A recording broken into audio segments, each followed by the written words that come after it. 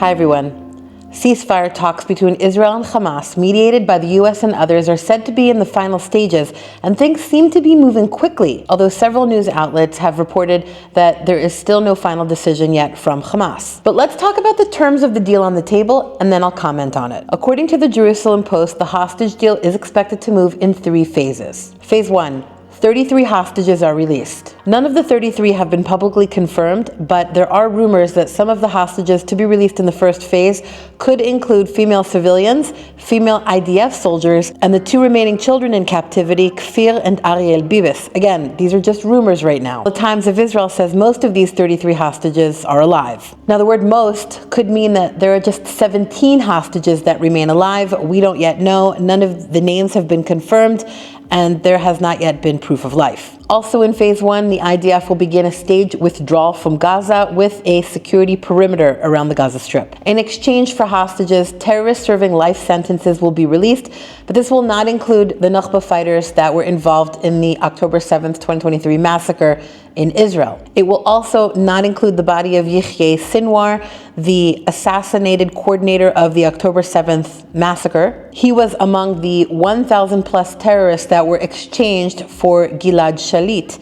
Gilad Shalit was an IDF soldier that was kidnapped in 2006 and was exchanged after 5 years being held in captivity. Now, the exchange rate in this deal is expected to be 1 for 30 or 1 for 50. That's 1 civilian hostage for 30 terrorists or 1 IDF hostage for 50 terrorists, totaling more than 1,000 terrorists expected to be released in this first phase. This will also be the start of a 6-week ceasefire. Now, the wording here is important. It is notable that they are using the word ceasefire. Ceasefire means that you are stopping the fighting with the intention of ending the war.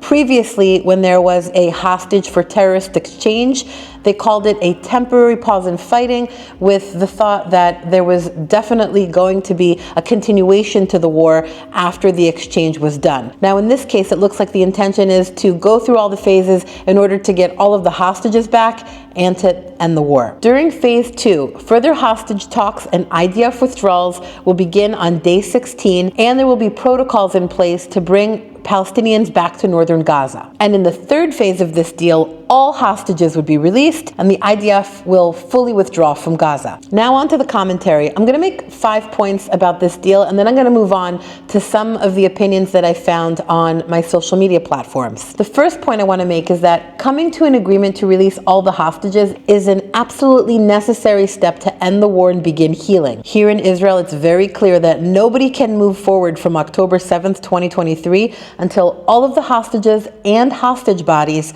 are returned to their families. It's a psychological roadblock that's kept the entire country and pretty much the entire diaspora community in a state of limbo. And it's been absolute torture on those who have family members in Gaza who are frozen in time on October 7th until their loved ones are brought back home to them. The second point I want to make is that while it is imperative for the hostages come home, there's also a very real and legitimate concern about security. Now, these two feelings can exist at the same time. You can be happy that the hostages are coming home, and you can also be scared about your safety knowing that terrorist murderers are expected to be released in this deal, especially since the people that are expected to be released are terrorist murderers who are not remorseful at all for any of the attacks that they've committed. These are very dangerous people who have shown no remorse and have been emboldened to commit October 7th over and over and over, just like their leaders have vowed to do.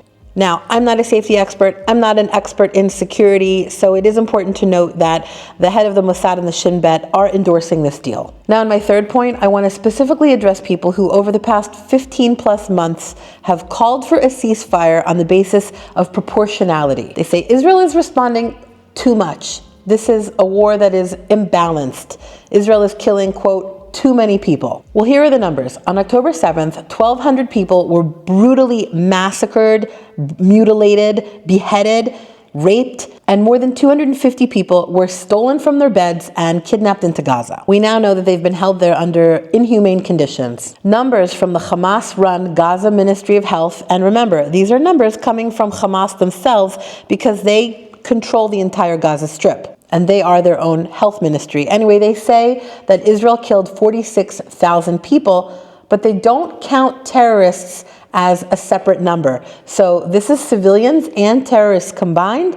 Israel says about half of that number is terrorists. So we're talking about a 1-to-1 ratio. I'm not for civilians being killed, but it is worthy to note that the way Hamas conducts this operation is to hide behind their own civilians. They want to garner the sympathy of the West against Israel. And that's a big point of the war that they started on October 7th. Well, now the negotiations call for exchanging one hostage for 30 or 50 terrorists. And I've suddenly stopped hearing about proportionality. So if you care about proportionality when it comes to the numbers of people who are killed, even though Israel did not start this war, but you don't care about proportionality when it comes to releasing terrorists for hostages, are you really the humanitarian that you claim to be? And by the way, these terrorists will likely be released to Turkey or Qatar or some other terrorist sympathizing country where they will be free to plan another attack.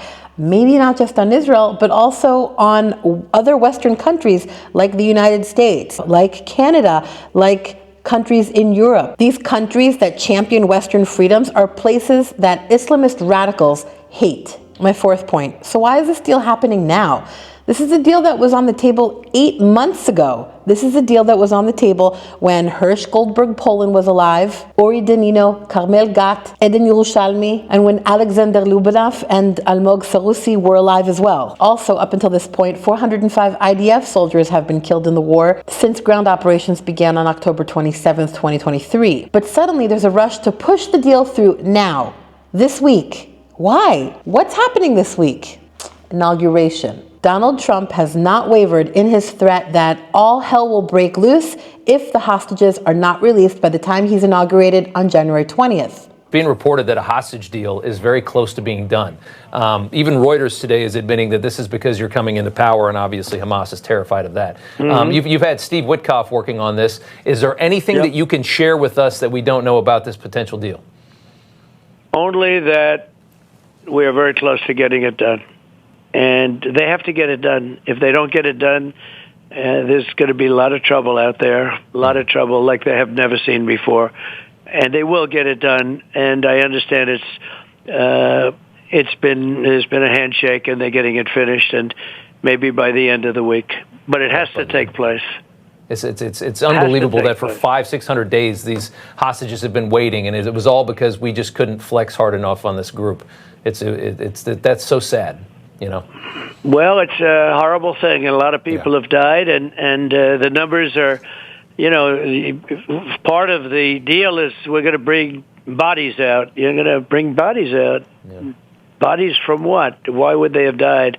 But they lived in tunnels that were 3 feet high in some cases less than that, with closed ends. Can you imagine that? And they've been like this so long. This would have never happened if I was president, I'll tell you. It never would have happened. And Iran didn't have the money to give them. Iran was broke. Essentially. Yeah. Terrorists are not normal people. They're not like you and I. They don't care about preserving life. They don't respect negotiations. They respect power. And the way Donald Trump has been talking to them has been steadfast. He hasn't wavered. He hasn't said they make a good point. He's just said, there is no negotiating with terrorists, and they better do the right thing. They better give back the hostages, or all hell will break loose, period. And now all of a sudden, we're seeing some movement with the hostages. Terrorists do not respond to negotiations. They respond to power. The fifth point, if this deal goes through, Israeli National Security Minister Itamar Ben-Gvir has threatened to leave the Netanyahu coalition. He's called on Finance Minister Bezalel Smotrich to do the same. Reuters says they've described this deal as a dangerous capitulation to Hamas. The Times of Israel has reported on this political infighting, pointing out that Ben-Gvir has admitted to trying to derail the hostage deals in the past. This has obviously angered hostage families. Opposition leader Yair Lapid says he's been saying this for more than a year and nobody believed him, but now Ben-Gvir has said this on the record without blinking. Now, Ben-Gvir himself says that this is not likely to topple the Netanyahu government, but in Israeli politics, anything can happen. And it can happen quickly. After all, there have been a lot of people that have been pushing for new elections in Israel. Now, lots of people have a lot of opinions about this potential deal, and I want to point out some of the opinions that I've seen on my social media so far. Muslim to Jewish convert, researcher, and activist Khalid Hassan wrote on X, "If we get Kfir and Ariel Bibis in coffins, or not at all, this war should take an entirely and drastically different turn." Ben Badejo on X says, "Israel will never have less leverage than it has this week. This is the last week of the most anti-Israel U.S. administration ever. Next week, the most pro-Israel U.S. administration takes power. It's brainless to agree to a deal this week. Israel should not agree to anything." Music and pop culture journalist Eve Barlow writes on Instagram, "Israel will capitulate to Hamas in this deal and will lose the war because Hamas and global Islamic Jihad have created a blueprint. If you kidnap innocent civilians, then the West will give you what you want. Islamic Jihad's ultimate weapon is their patience. Today, the ADL reports that almost half of adults today hold anti-Semitic views. Hamas won every element of this war, from dividing Israeli society to crippling the security and confidence of the Jewish state to creating worldwide hatred of the Jewish people. We did not lose the war on October 7th. We lost the war every single day that Western leaders in the UN allowed a terrorist organization to have legitimacy as a negotiator. There should never have been deals for human life, and every soldier has died for nothing." Israeli writer, speaker, and social media influencer Chen Mazik says on X, "It actually doesn't matter if you think the deal is terrible or if you think it's perfect. What matters is that we have a chance to bring human beings home to their families, and we can't afford to miss it." Barry Tigay on X says, "Ransoming hostages encourages more hostage-taking." And former Israeli spokesperson Elan Levy replied, "We know. We still want the hostages back. We don't know how we'll deal with the consequences. We'll have to find a way." Meanwhile, some protesters took to the streets of Jerusalem Tuesday chanting, "We don't make deals with the devil."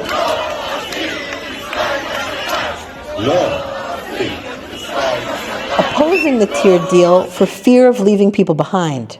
Now, I was at dinner tonight with family and friends, and of course this topic came up. People have a lot of emotion and a lot of opinions about this potential deal right now. But one thing that everyone can agree upon is that this is an excruciatingly difficult and painful time for Israelis, for Jews, for anyone who has a connection to and loves Israel, for anyone who wants dignity and self-determination for the Palestinians. But mostly, above all else, it's been an extremely painful time for the hostage families. How can Israel get their hostages back and also be secure from Hamas's next attack? How can they defeat Hamas but also end the war? It's like an impossible Venn diagram in which there are no overlapping solutions. I'm expecting this to be an eventful week in regards to the war and to the hostage deal.